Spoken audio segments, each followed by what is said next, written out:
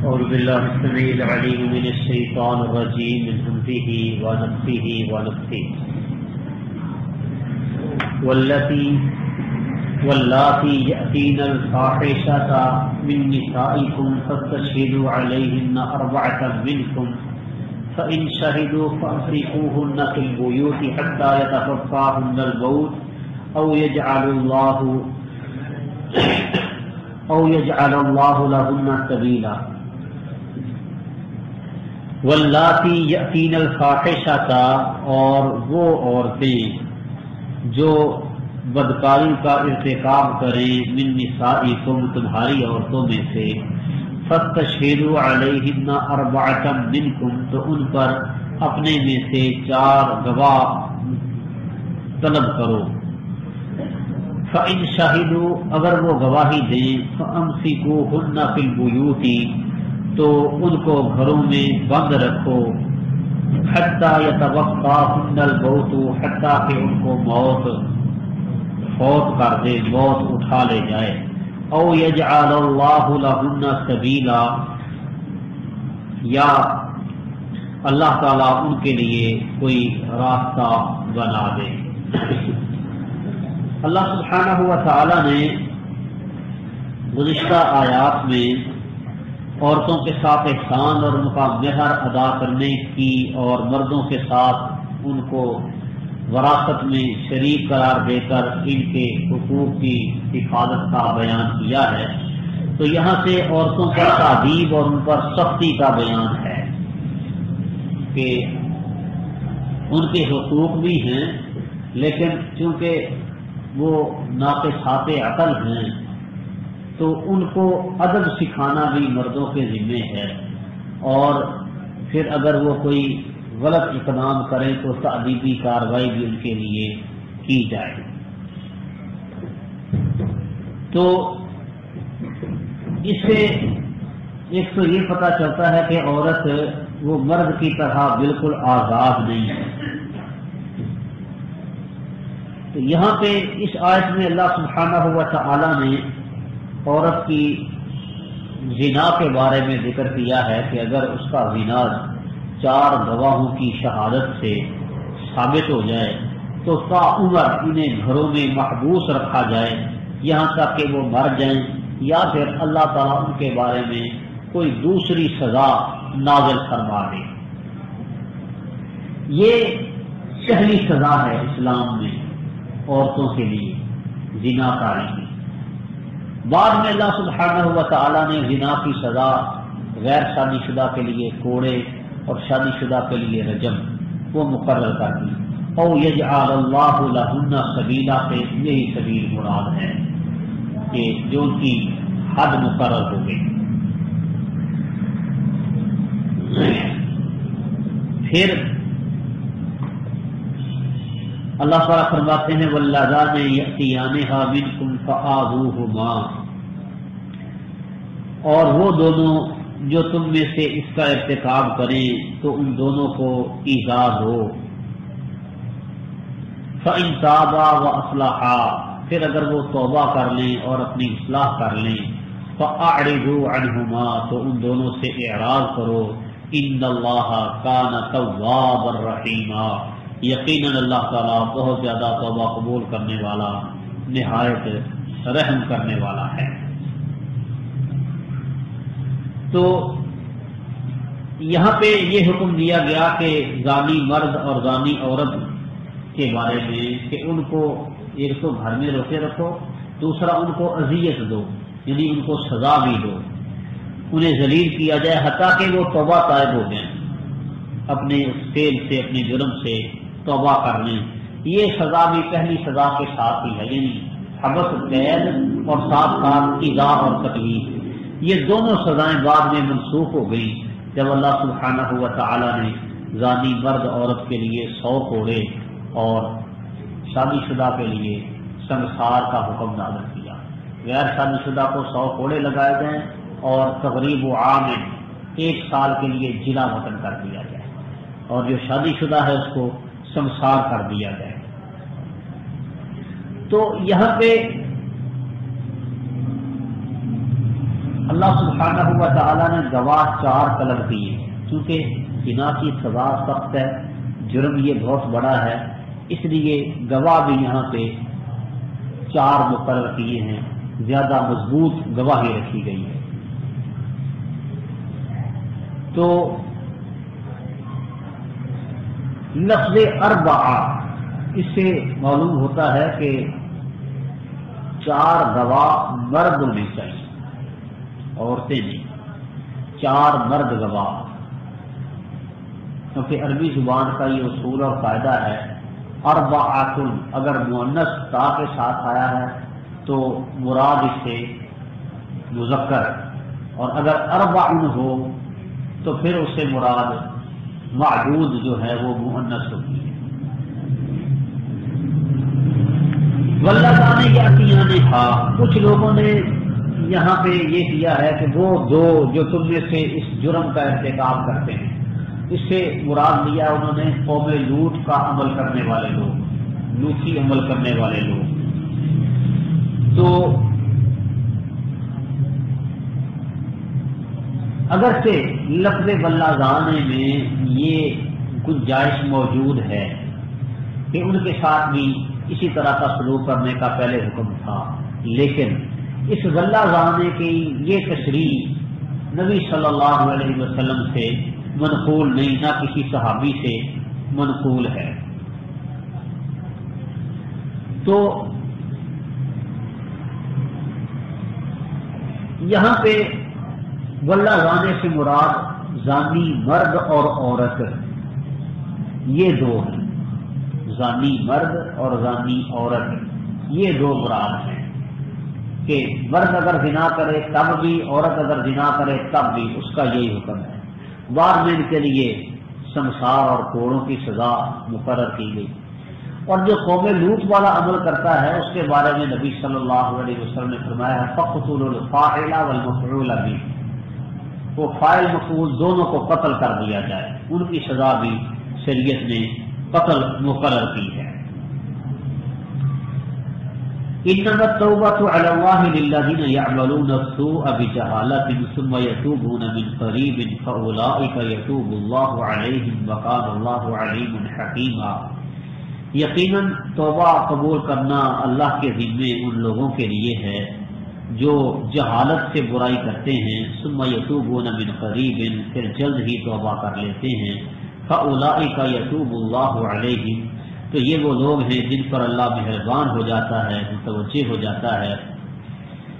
وَقَانَ اللَّهُ عَلِيمٌ حَكِيمًا، اور اللہ تعالیٰ ہمیشہ سے ہی خوب جاننے والا اور بڑا حکمت والا ہے۔ تو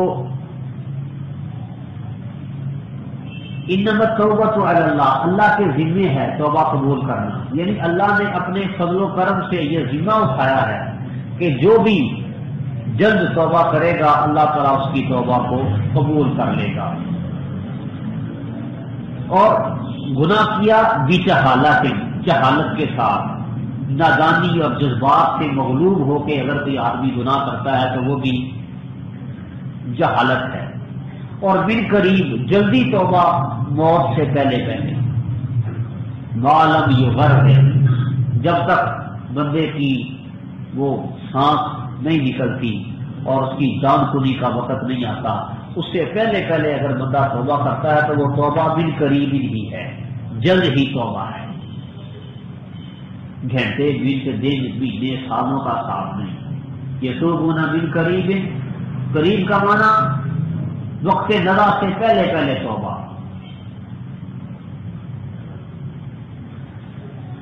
تو موت کے آثار اگر ظاہر ہو جائیں اس کے بعد بندہ توبہ کرے پھر توبہ قبول نہیں ہوتی۔ نبی صلی اللہ علیہ وسلم کا فرمان ہے کہ اللہ تعالیٰ بندے کی توبہ قبول کرتا ہے ما لم یغرر، جب تک اس کی جان نکلنے والی نہیں ہوتی۔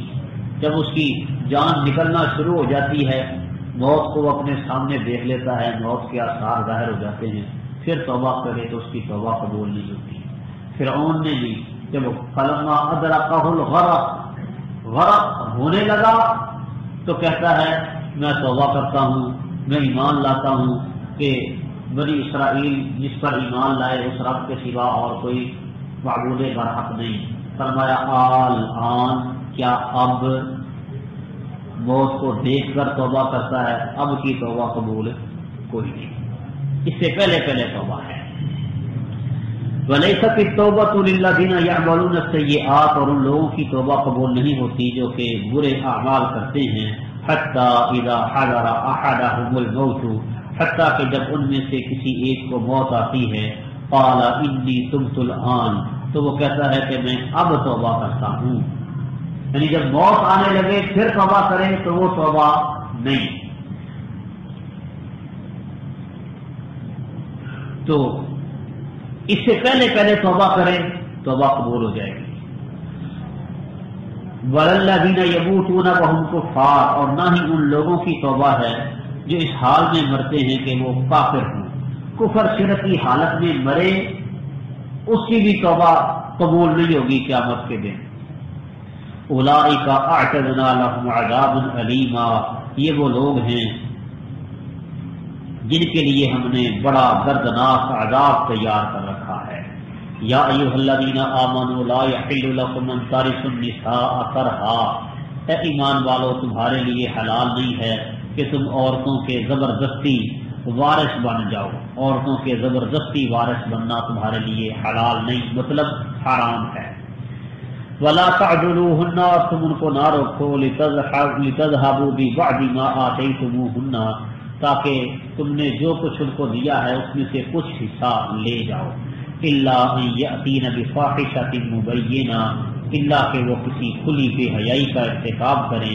وعاشروهن بالمعروف، اور ان سے گزر بسر کرو خوش اسلوبی سے، اچھے طریقے سے۔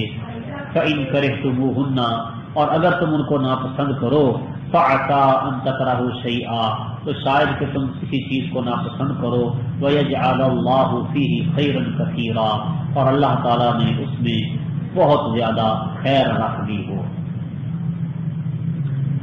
یہاں سے پھر اللہ تعالیٰ نے عورتوں کے حقوق کا بیان شروع کر دیا ہے۔ مقصد عورتوں کو ظلم و زیادتی سے نجات دلانا ہے جو جاہلیت میں ان پر روا رکھی جاتی تھی۔ اس کے مخاطب شوہر کے اولیاء ہیں، جیسا کہ امام بخاری اور دوسرے محدثین نے اس آیت کے شان نزول میں سیدنا عبداللہ بن عباس رضی اللہ تعالی عنہ سے نقل کیا ہے کہ زمانہ جاہلیت میں میت کے جو اولیاء ہیں وہ میت کی بیوی پر زیادہ حق رکھتے تھے عورت کے اصل اولیاء کی نسبت۔ میت کے اولیاء میت کی بیوی پر زیادہ حق رکھتے، اگر چاہتے تو کسی مرد کے ساتھ اس کی شادی کر لیتے، اور چاہتے تو اس کو ویسے ہی روکے رکھتے، شادی سے مکمل طور پر روک دیتے، حتیٰ کہ وہ عورت مر جاتی۔ جب وہ مر جاتی تو پھر اس کا جو مال اسباب ہوتا اس کے یہ وارث بن کے بیٹھ جاتے۔ تو منع کیا کہ لا یحل لکم ان ترثوا النساء کرہا، عورت کا خامد فوت ہو گیا ہے تو اس کے اولیاء اس کے عصبات ہیں، عورت کے بیٹے، عورت کا باپ، عورت کا بھائی، عورت کے چچا، یہ عصبات، یہ اولیاء ہیں۔ مرد کے رشتہ دار عورت کے والی وارث نہیں، عورت کے والی وارث اس کے اپنے رشتہ دار، اس کے اپنے عصبات ہیں۔ اور اس کا دوسرا خطاب مردوں کو بھی ہو سکتا ہے کہ مردوں کو خطاب ہو کہ دھکے سے عورتوں کو ان کے وارث بن کے نہ بیٹھے رہو، اگر تمہاری ان کے ساتھ نبھتی نہیں ہے، بنتی نہیں ہے، انہیں طلاق دے کے فارغ کرو۔ طلاق بھی نہیں دیتے اور ان کو صحیح طرح سے رکھتے بھی نہیں، آوار بھی نہیں کرتے، بساتے بھی نہیں، وہ بیچاری لٹکی ہوئی ہیں، تو یہ کام نہ کرو۔ یعنی کہ بس اوقات ایسا ہوتا ہے نا کہ مرد وہ بیوی کو بساتا بھی نہیں اور اس کو طلاق بھی نہیں دیتا، کیوں؟ یہ خود ہی تنگ آ کے عدالت میں جائے، خلا کا دعویٰ دائر کرے، خلا کا دعویٰ کرے کہ تو جو مہر میں نے اس کو دیا ہے وہ مہر مجھے واپس مل جائے گا، اس لیے عورت کو تنگ کرتا ہے تاکہ وہ مجبور ہو کے عدالت کا دروازہ کھٹکھٹائے۔ وَلَا تَعْذُلُوهُنَّ، اور ان کو روکے نہ رکھو، لِتَذْهَبُوا بِبَعْضِ مَا آتَيْتُمُوهُنَّ، تاکہ جو حق مہر تم نے ان کو دیا ہے اس سے کچھ تم واپس لے لو۔ اب حق مہر واپس لینے کے لیے اس کو مجبور کرنا خلا کا، سیدھی طرح طلاق بھی نہیں دینی، چھوڑنا بھی نہیں، اور اس کو بسانا بھی نہیں بلکہ تنگ کرنا، تاکہ یہ آنکھ ناک ہو کے خود ہی کھلے کا دعویٰ کرے، تو کھلا کا دعویٰ کرے گی تو ٹھیک ہے ہم اس کو چھوڑ دیں گے، اپنا غیر واپس لے لیں گے۔ تو یہ طریقہ کار جو ہے یہ بھی مناسب نہیں۔ الا ان یاتین بفاحشۃ مبینہ، اب فاحشہ مبینہ سے مراد سرکشی اور نافرمانی ہے کہ اس میں ساری چیزیں آ جاتی ہیں، فحش کلامی بھی، بدخلقی بھی، ایذا رسانی بھی، زنا اور اس قسم کے تمام تر جملہ جو نقائص و عیوب ہیں یہ اس میں شامل ہیں۔ مطلب یہ ہے کہ اگر عورت کی طرف سے زیادتی ہو، عورت کی طرف سے زیادتی ہو، عورت مجرم ہو، تو پھر ایسا کیا جا سکتا ہے کہ تم اس کو مجبور کر سکتے ہو اور اپنا حق مہر اس سے واپس لے کے اس کو چھوڑ دو۔ وَعَاشِرُوهُنَّ بِالْمَعْرُوفِ، یہ عورتوں سے متعلق تیسرا حکم ہے کہ ان کے ساتھ اچھے طریقے کے ساتھ رہو۔ نبی صلی اللہ علیہ وسلم فرماتے ہیں خیرکم خیرکم لأہلہ وأنا خیر لأہلی، تم میں سے بہتر وہ ہے جو اپنے اہل کے لیے، گھر والوں کے لیے بہتر ہے، میں اپنے گھر والوں کے لیے بہتر ہوں۔ تو گھر والوں کے ساتھ حسن سلوک، اچھا سلوک کرنا یہ مسلمان مومن کی علامت ہے۔ باقی رہا بس اوقات آدمی بیوی کی کسی خصلت کو، عادت کو ناپسند کرتا ہے، اس کا بھی اللہ نے فرما دیا فَإِن كَرِهْتُمُوهُنَّ فَعَسَىٰ أَن تَكْرَهُوا شَيْئًا وَيَجْعَلَ اللَّهُ فِيهِ خَيْرًا كَثِيرًا، ہو سکتا ہے کہ تم کسی چیز کو ناپسند کرتے ہو، اللہ نے اس میں تمہارے لیے خیر کثیر رکھ دی ہو۔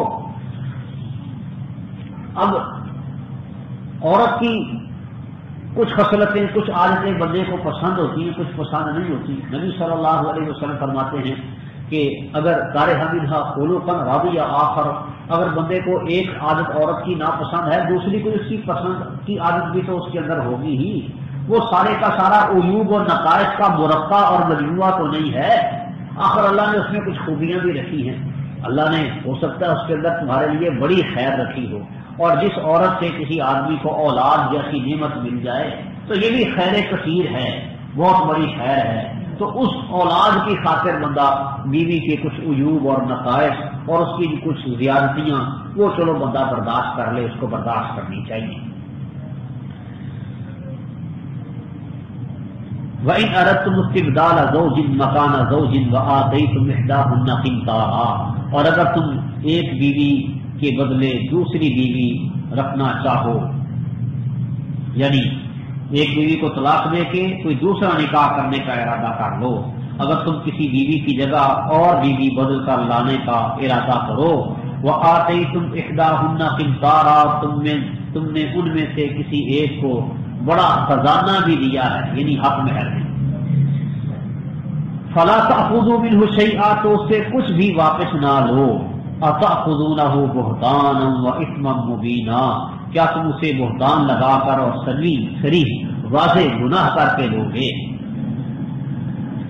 وَكَيْفَ تَأْخُذُونَهُ، اور تم اسے کیسے لوگے؟ وَقَدْ أَفْضَىٰ بَعْضُكُمْ إِلَىٰ بَعْضٍ، جبکہ تم ایک دوسرے سے صحبت کر چکے ہو، وَأَخَذْنَ مِنْكُمْ مِيثَاقًا غَلِيظًا، اور انہوں نے تم سے پختہ وعدہ، پختہ عہد بھی لیا ہے، وہ تم سے پختہ عہد لے چکی ہے۔ یہ اگلا حکم ہے، چوتھا حکم عورتوں سے متعلق جو اللہ تعالیٰ نے دیا ہے کہ عورتوں سے صحیح طریقے کے ساتھ نہ رہنے کی وجہ سے عورت کی جانب سے کوئی مطلب ظلم زیادتی ہو عورت کی طرف سے اور تم اسے صحیح طور پر نباہ نہیں کر سکتے، تو مہر واپس لینے کے لیے اسے تنگ کرنا جائز ہے۔ تو یہاں یہ بتایا گیا کہ زیادتی اگر شوہر کی جانب سے ہو تو پھر عورت سے فدیہ طلاق لینا، یعنی ان سے جو ان کو حق مہر دیا ہے اس سے کچھ واپس لینا، یہ ممنوع اور حرام ہے، اور بلا وجہ تنگ کر کے ان سے حق مہر واپس لوگے تو ایسا ہی ہے جیسے کوئی بہتان باندھ کر مہر واپس لے رہا ہے۔ تو اس ظلم اور زیادتی سے اللہ تعالیٰ نے روکا اور منع کیا ہے۔ اور آخری تم احداہن قنطارا سے معلوم ہوتا ہے کہ حق مہر کی کوئی مقدار متعین اور مقرر نہیں، خزانہ بھی دیا جا سکتا ہے عورت کو، حق مہر نہیں۔ ایک لطیفہ یاد آ گیا، مجلس سے ایک نکاح کی تھی، تو موصوف جماعت اسلامی گزیدہ تھے تھوڑے سے، کہنے لگے جی شرعی حق مہر بتائیں، شرعی حق مہر ان کے دماغ میں کوئی 32 روپئے ہے شرعی حق مہر، تو جتنا آپ دے سکتے ہیں دے دیں شرعی حق مہر۔ اس کو بات سمجھ نہیں آئی،